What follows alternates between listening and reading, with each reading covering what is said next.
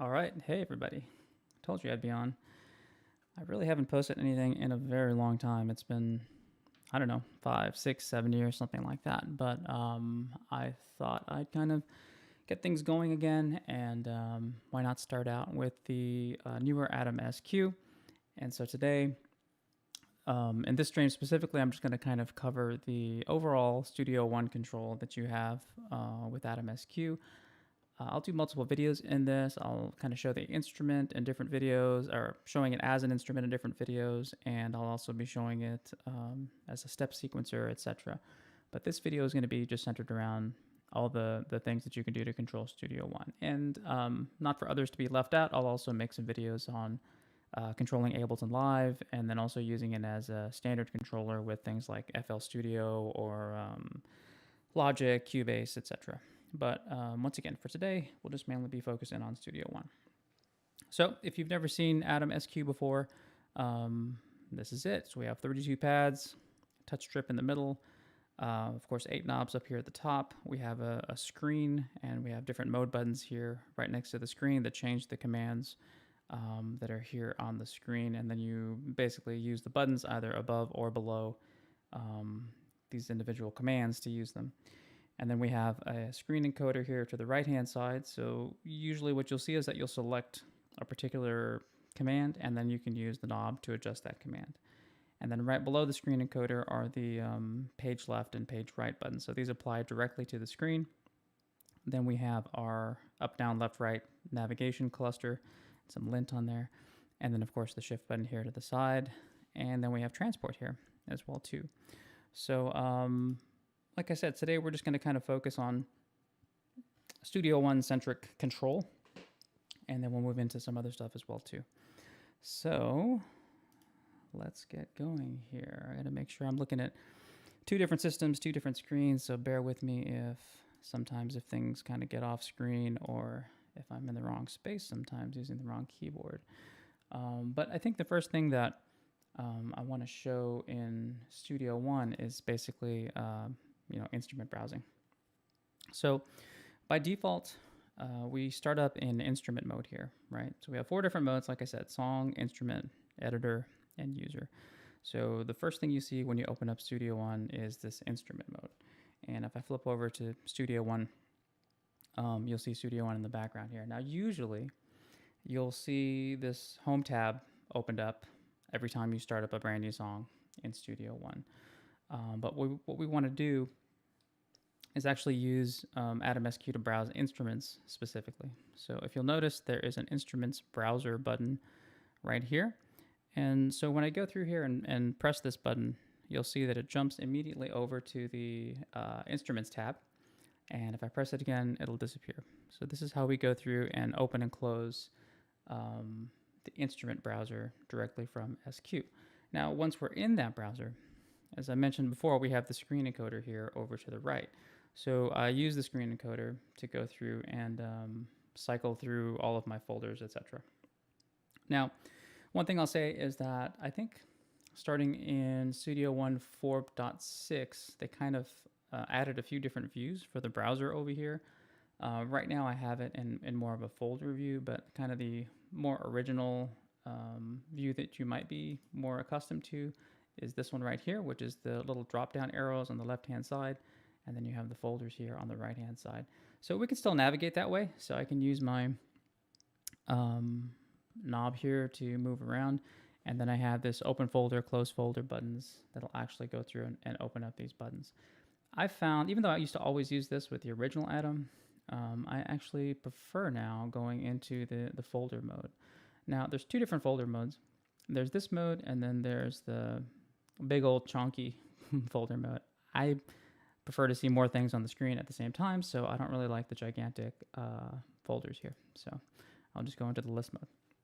And this, I don't know, it just keeps things nice and clean, and I don't like having multiple drop-down things open, and I'm just maybe OCD like that, so I like everything nice and tidy in the folders. So as I said before, we're navigating here. Let's say I want to go to my PreSonus folder. Oh, and actually one thing I should show you is that here on screen you actually see the folders or whatever you're currently selected on in Studio One. So let's say I wanted to navigate to the Arturia folder. So I can go up to Arturia, and then you'll see there's two little arrows here just to the right of the Arturia folder. So whenever you see those two arrows, that means that you can dive another folder in. So that means I can use the open folder command. So if I hit that, you'll see that I've gone in to the next level of folders, and I've got Analog Lab there, and then I've also got Pigments here as well too. So let's say you see this Pigments here. This is actually the AU version. If I were to switch back over here, you'll see I'm on the AU version. But there isn't two little arrows there, so that means I can't dive any further. I'm just going to load the default instrument basically. But if I go one up, I have some presets that were saved in this one, so that means once again that I can kind of dive in there. And then I've got different folder categories. I have one for bass, I have one for brass, lead, etc., and I can always dive another folder in. And then to go out, you just hit close folder, and then you're back to your kind of initial root folder, I guess, if you wanted to call it that. So that's basic navigation, but let's load in something. So I'm going to go over to my PreSonus folder, I hit open, and then I'll just start with Impact. So I could load just the default Impact, nothing in it, but I actually have some presets that I want to kind of go through. So let us find something. Dark Trap. There's nothing more Sunday morning than Dark Trap, huh? So once we find what we want to look, once we find what we're looking for, on SQ we also have a Load Selected button right here. So whenever we press Load Selected, it's gonna, as it says, it's gonna put that preset and instrument on a track. It's gonna close the browser, and then we're pretty much ready to go. Let me reposition this so you can kind of see what I'm doing here. Cool. So this is our kit. You'll notice, much like with Atom, with 16 pads, each pad, of course, is a different sample here in Studio One. But the big difference is that, well, Studio One always had 8 banks, right? You have A through H over here. But on Atom, you were looking at it only kind of 16 at a time. So the benefit here is that we have actually 2 lanes, 2 rows. So you have 32 possible pads, and that means 32 different samples that you can access at the same time. And you can see that with these buttons right up here. So these are our bank buttons. Usually they can also be octave if you're in a keyboard mode. But when we're in drum mode, then these are your bank buttons. So right now you see that A and B is selected because that's what the current banks I'm on right now.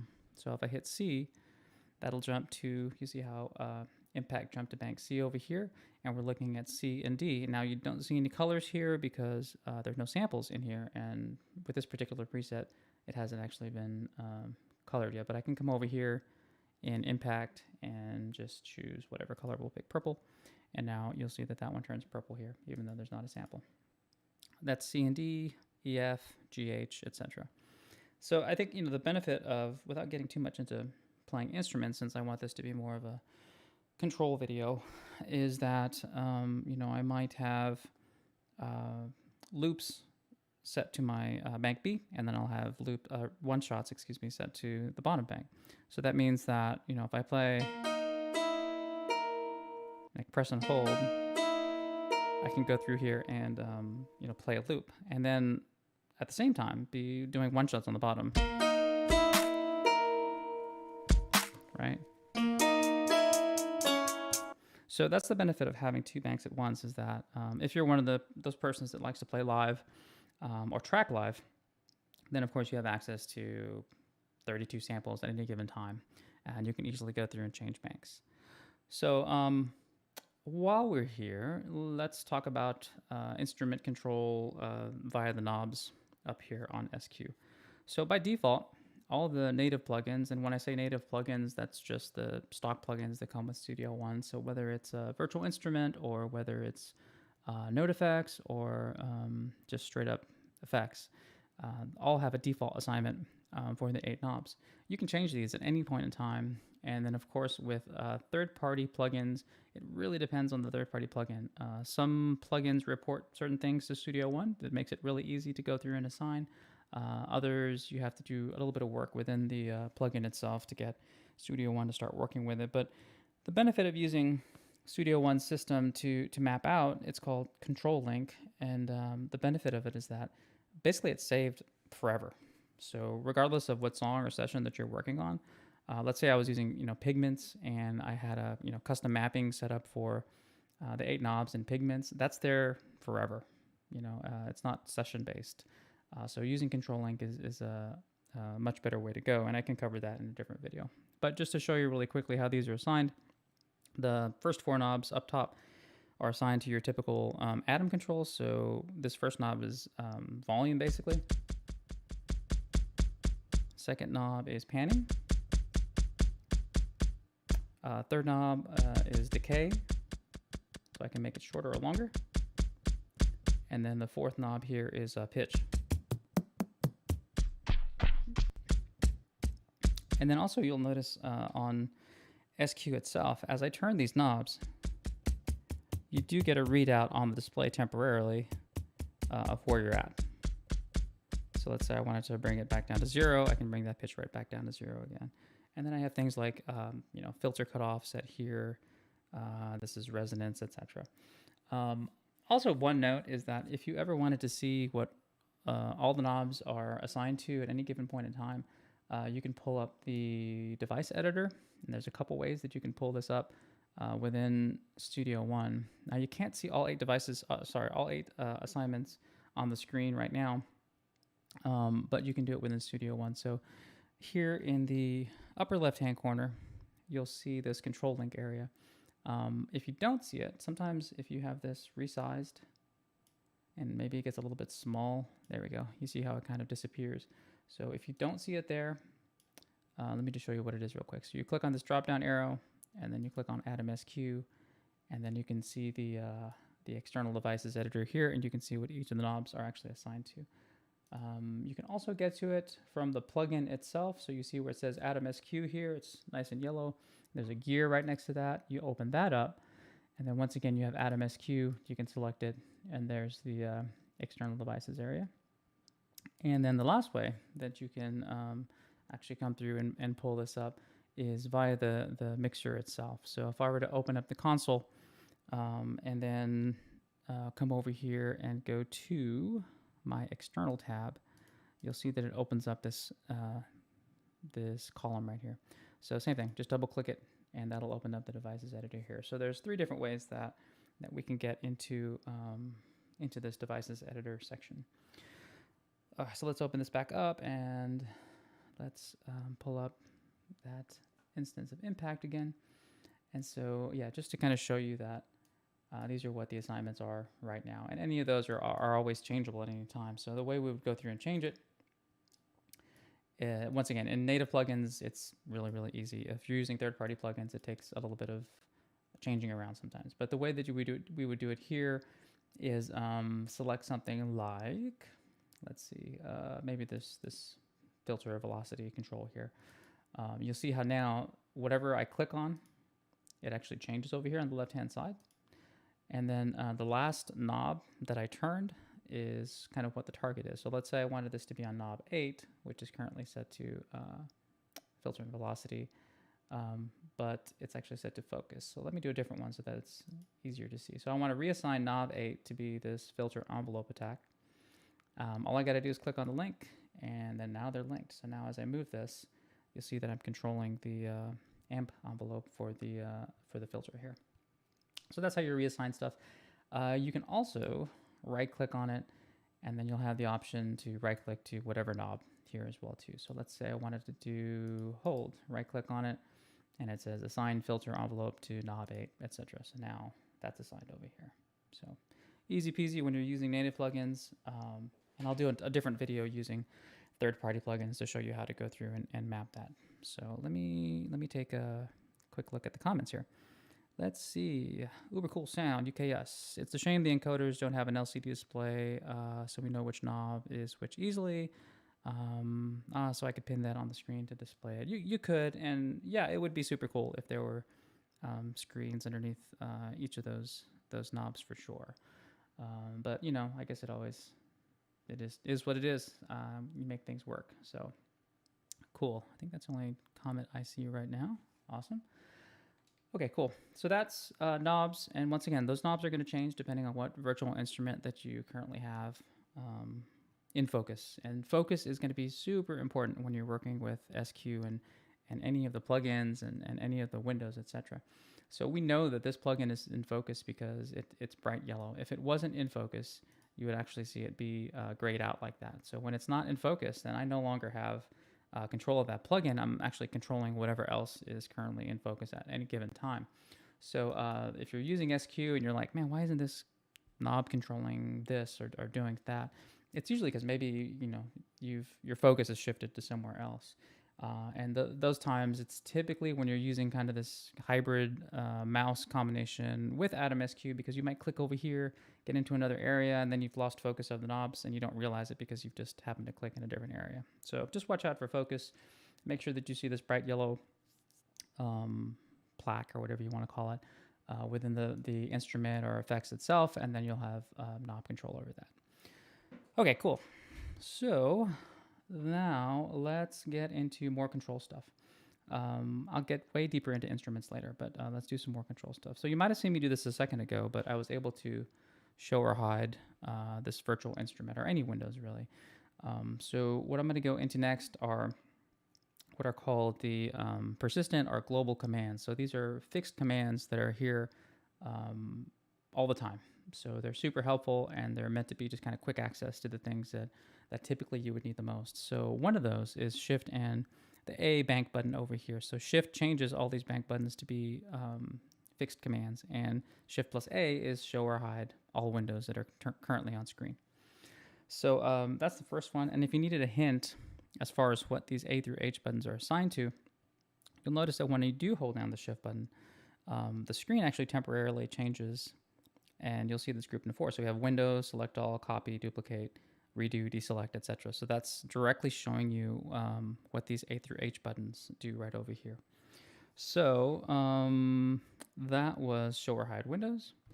And then we also have these other commands, which will seem a whole lot more cool if I actually have some events in here. So I'm just going to drop in a couple of events, and I'll give you a do that. And I'm going to drop one more over here like so. And I'll get into this one in a second. So let me switch back over here so you can see what I'm doing. So I've got 3 events here. I can use the navigation buttons left and right to go through and select each event that's here in the timeline. If I have multiple tracks, then I would use the up and down buttons to navigate those tracks as well too. But for now, I'm just going to focus on these individual events right now. So, with what I just showed you a second ago, you could basically take, Shift and D, which is duplicate. So I can go through here and duplicate that a few times. These are kind of grouped in pairs top to bottom. So I have it set to, duplicate, delete, copy, paste, select all, deselect all. The only ones that are slightly different are these. A, as I said before, is show hide windows. E is actually redo, but I kind of, these are paired here. So you have undo on the stop button, and you have redo above it. So so just think of them as in pairs most of the time. So if we had duplicate up here at the top, that means the one below it is actually delete. So I can go through here, delete that one, and delete that one, etc. I can also go through and say, let's copy that event. And I'm going to move my playhead forward with another command that I'll show you in a minute. And I'm on bar 5 now. And now I'm going to use paste, and now I can paste that there. So copy and paste, super useful. Or I can select everything, select all, and then I can nudge these over, and I'll go over the nudge commands here in a second as well too. So you definitely want to make use of your deletes and your duplicates and your all the stuff here. So we'll leave those 3 there now. So that's the A through H buttons. Also, as I said a second ago on the transport, we have secondary commands as well too. So we have undo here at the bottom, and then redo is E. We have loop, which is used in conjunction, of course, with cycle or loop. Shift and the record button is actually save. And then count in on or off is this transport button here. So if I hit play, we have the transport. But if I do shift and count in, and I know it's really hard to see, but if you're familiar with Studio One, it might just be off screen, but there's this little dot here down here by the metronome, and that's your pre-count. So if I do shift and the metronome button, that turns pre-count on or off as well too. So those are your secondary commands for the transport. So A through H buttons, transport, and then let's look at the knobs. So I did a little bit of this a second ago. So once again, if I hold down shift, the knobs have a completely different set of commands versus anything that might be in use while you're focused on a plugin or whatever. So if I hold down the shift button and use knob number 5 like I did a second ago, that's actually the ability to go through and move the playhead. And I accidentally nudged this a second ago, so that's gives you an idea of what number 8 is. So shift and 8 is actually nudge. I'll cover that in a second. But playhead is shift and 1. These are, they do have an accelerator on it. So if you want to go really quickly, you see how far down in the timeline I can go. You just turn it really fast. If you want to make smaller movements, 1 bar, whatever, just make small movements. So it takes a little bit to get used to get those finer movements down. But once you get it, you'll be just blazing throughout the entire arrangement using shift and the first knob there. These knobs are also kind of in pairs as well too. So I kind of think of them as 2 pairs, 2 pairs, 2 pairs, 2 pairs, as far as what their functions are. The paired function on the playhead one, or above the playhead one, is dependent on loops. So I'll get back to that one in just a second. But shift and 6 is actually our horizontal zoom. So I can zoom in and out. Same thing here, we have an accelerator built in. So if you want to make smaller movements, just go slower, or you can throw them really quickly. Now its associated pair right above it, knob number 2, is actually vertical zoom in. So your vertical height for your particular track. So I can leave that right there. So zoom in, zoom out, vertical, horizontal, zoom in, zoom out, vertical right above it. 7, shift and 7 is actually our loop out points, or loop ending points. So you'll see as I move this on screen, we can actually see where the loop out point is going to be. So if I wanted to go through and I made this kind of a weird 3-bar thing. So let me come back here. Let's duplicate that. And let's say I wanted to make this, you know, a full 4 bars. I can make my loop there. And the knob associated with it right above it is actually loop start. So I can change my loop start and loop endpoints with 7 and then 3.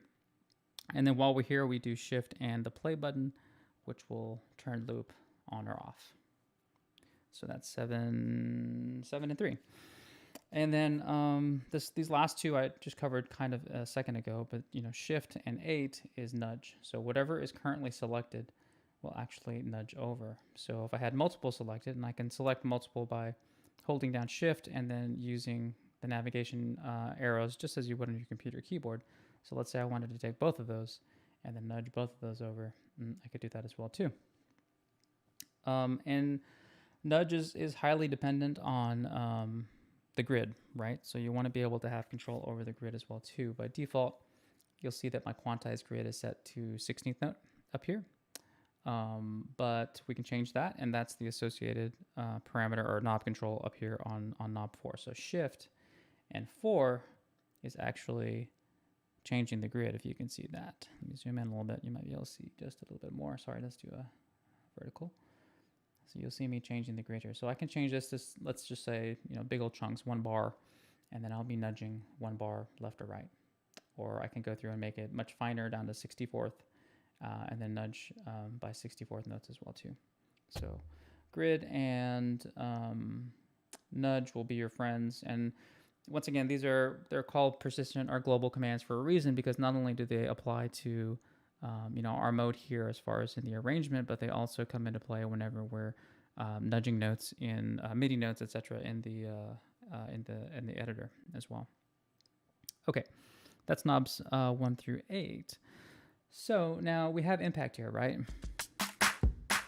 So the next kind of global command is actually going to be shift and the screen encoder. So shift and moving the screen encoder will change your preset by step, so 1 by 1. So right now we're on this dark trap set.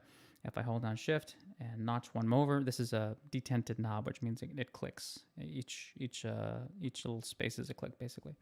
So if I go through here, I can shift and then switch over to different kits here. And you'll also see that on the SQ display, we briefly will have a little readout of what preset you're currently on as well too, as you're going through here.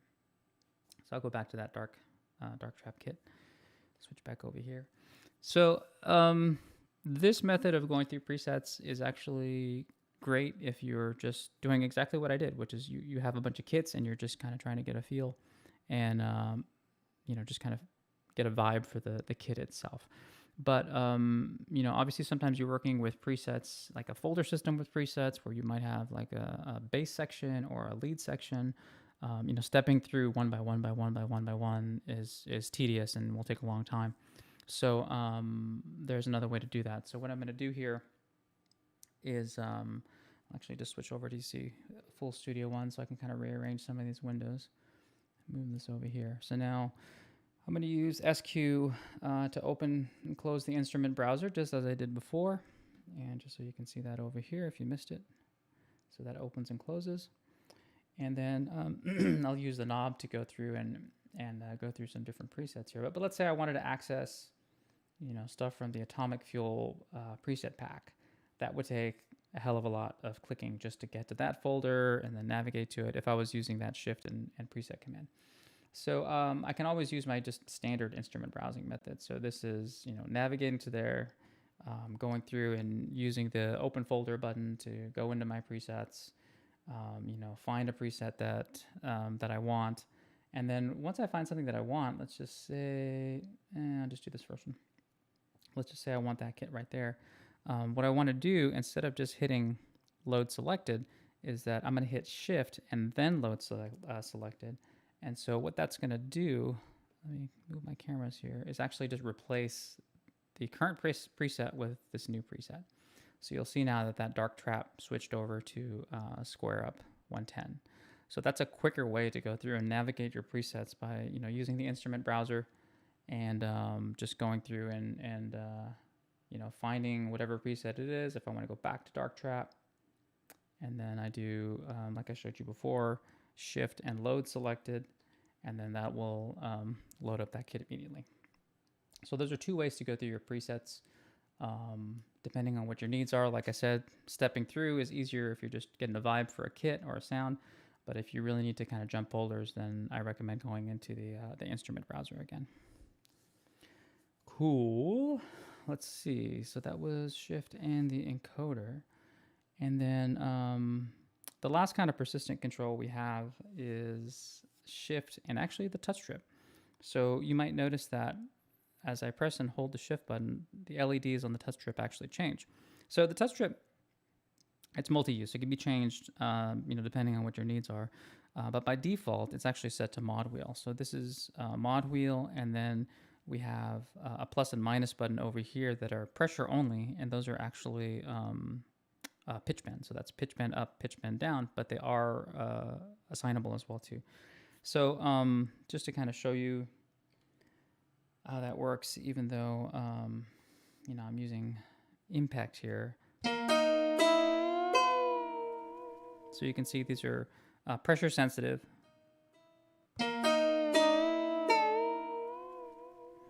And then of course mod wheel at the top, which I don't have mod wheel assigned to anything in impact, so you're not going to hear a difference. But I can't tell you how many times I've gone through and I've started playing something and it's just been like ridiculously loud, usually in synth patches, right? You hit that one preset that's just like, oh my gosh, turn it down. And so that's what shift and the touch strip does. So holding down shift and the touch strip will immediately give you volume control for the selected track. So you'll see in Studio One, this is kind of a virtual representation of fader position. If I were to go through and open up the console here and move back, you'll also see that first fader right here. So now as I hold down shift and move this, now check that out. Now I'm controlling the volume for that. So let me give you a better view of this. So shift, and you'll see that I'm actually controlling volume for that track. So it's whatever selected. So if I come over here, shift, now I'm controlling this multi-out on impact itself. So I can go through and adjust my volumes really quick by switching the channel or switching the track, and then using shift and the touch strip to go through and do that. So super cool and easy to use as well too. Cool. So those are the persistent controls. So once again, shift plus the A through H buttons, which give you commands like open and close windows. We have shift and then the transport, which gives you things like save, turn loop on or off, undo, pre-count, etc. And then we have shift and the screen encoder, which allows you to go through and change presets on the currently selected kit. So let's see, what do we want to talk about next? We've gone through all of those. Let's go through kind of our song controls. So for this, we would go into actual song mode here on SQ. So when I hit song, notice that the screen's going to change. And right now I'm actually on page 2 right now because I was opening and closing the console. But if you ever need to go back to the home page for any of these modes, you just hit the mode button again and it'll jump back to its home page essentially. So when we're on the song homepage, we can do things like adjust tempo. So from here, you'll see that the tempo is 120. It's currently selected. And as I go through and change with my knob, you'll see that the tempo is actually increasing or decreasing here. And of course, you also get the tempo right here on the screen as well too. So you can dial in what you need to. Tap tempo is handled in the user section as a default command. So tap tempo is there, but it's in a different section right now.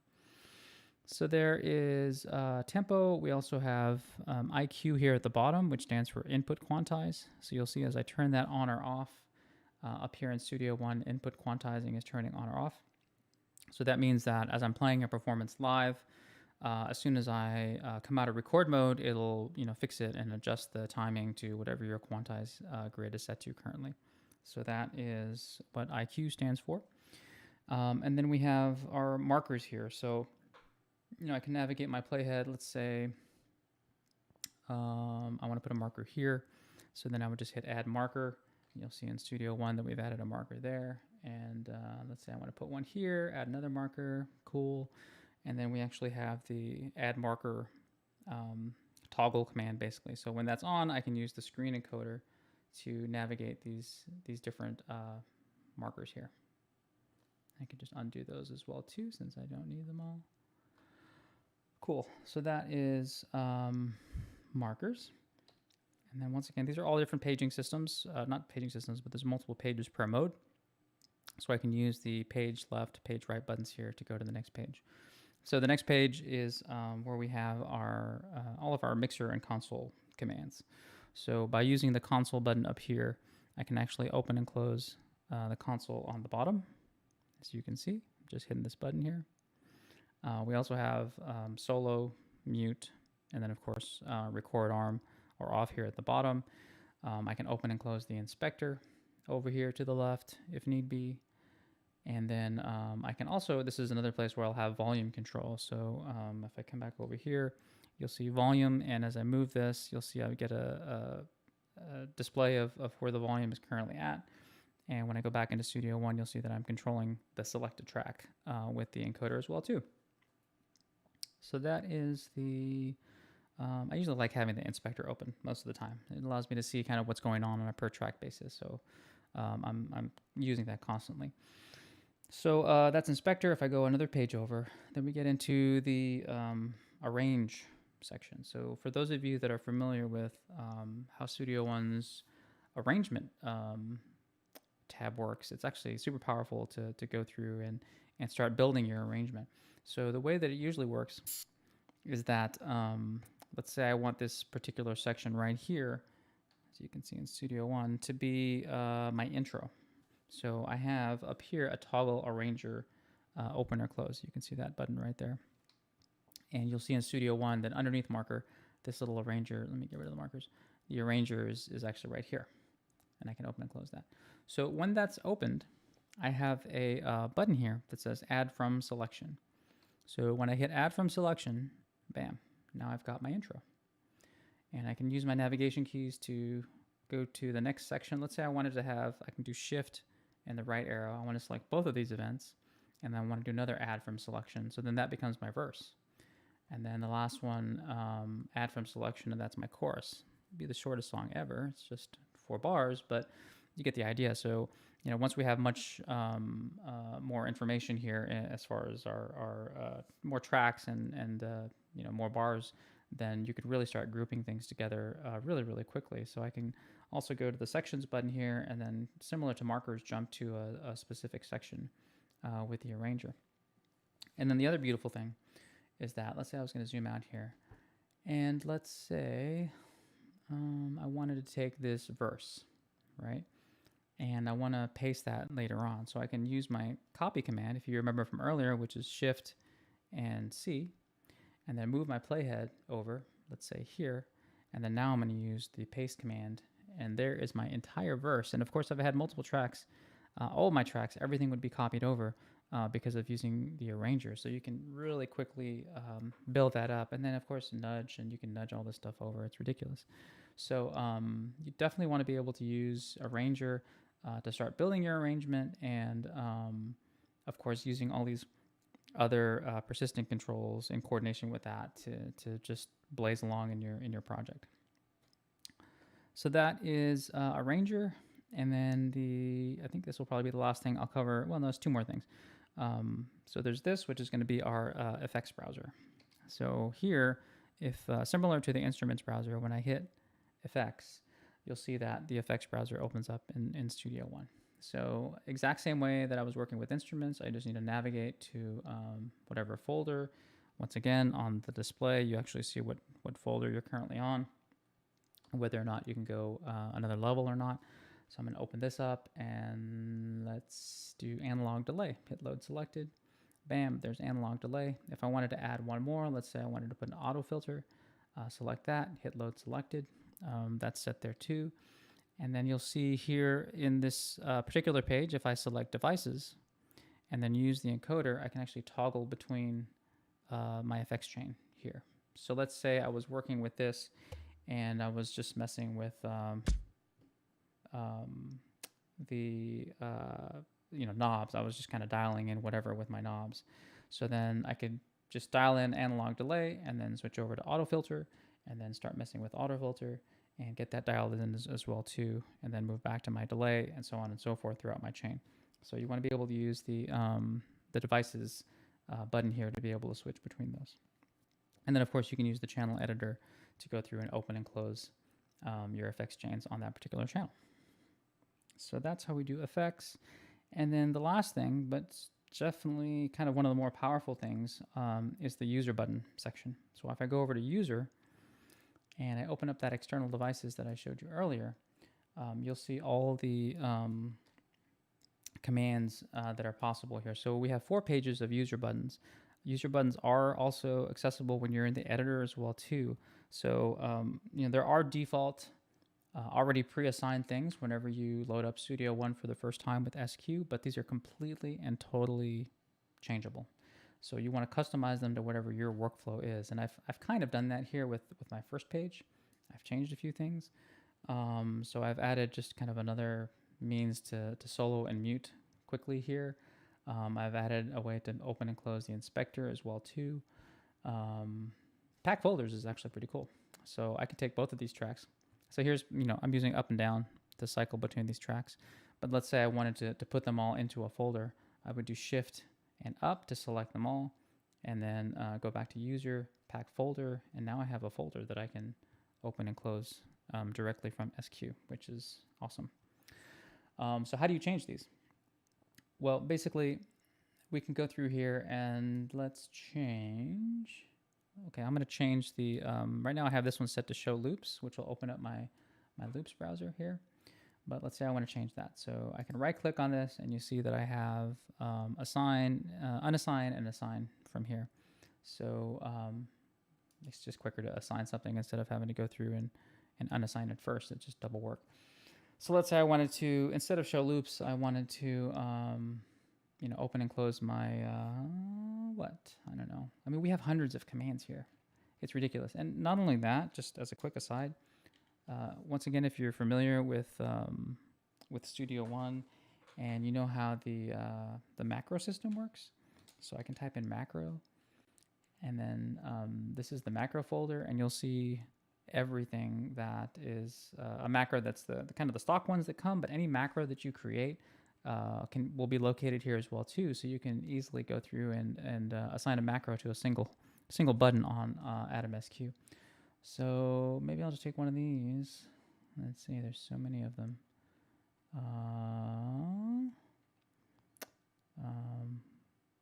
whatever. I'll just pick something. There's too many things. Remove gaps. Shuffle chord. Sure, split a cursor. Why not? So I'll pick that one. Hit OK. Notice that it says splitted cursor here now. And then over on Atom SQ, we have a splitted cursor as well too. So then, I mean, the command is pretty self-explanatory. So if I were to come over here and let's actually go through and just, we'll select these. Do I want to select those? Hold on 1 second. Let's go through and close that. And we can select both of these and I'll merge them. So this way I can just counter exactly what I did by hitting the split at cursor button, and then you'll see it splits all the way down the line here in Studio One. So definitely use these user controls. Like I said, we have 4 different pages of possible assignments here in user mode for you to work with. So if you have a specific workflow that you're comfortable with and that you always use, map out those controls here in the external devices editor so that you can use them really, really quickly. So cool. I think that's most of the control. I mean, it's a lot, right? I mean, you can pretty much assemble your entire track. You can bring in instruments, bring in effects, bring in note effects like arpeggiator and quarter, which I'll show in different videos. We can browse our instruments and effects. We can even browse, our files and loops if you set up user commands that way. We can adjust tempo. You could create an audio track and just record, straight up audio. And then there's also a command for edit and Melodyne if you have Studio One Pro. So yeah, it's crazy the amount of stuff that you can do on the unit itself, and it fits in your backpack as well too. So I guess one thing I should mention is that I'm using Studio One 5. So all of this with Atom SQ is completely only in Studio One 5. So if you're using version 4, you can use it as a standard controller, but all the integration and all the cool stuff is built into version 5.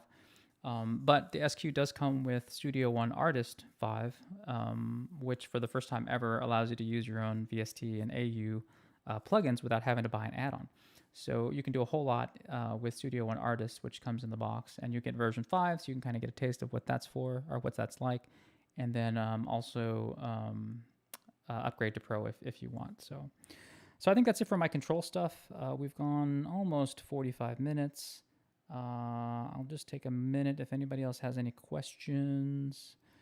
If I don't see any, then I'll kill the stream here in a minute, and then maybe later today I'll go through and make a more instrument-focused video that me using the step sequencer built into Studio One, etc., and just start actually kind of making some music. So let me just check comments, make sure we're cool. Looks like we are. Awesome. Great. Okay. Well, hey, y'all have a great day, and you'll definitely see me later on.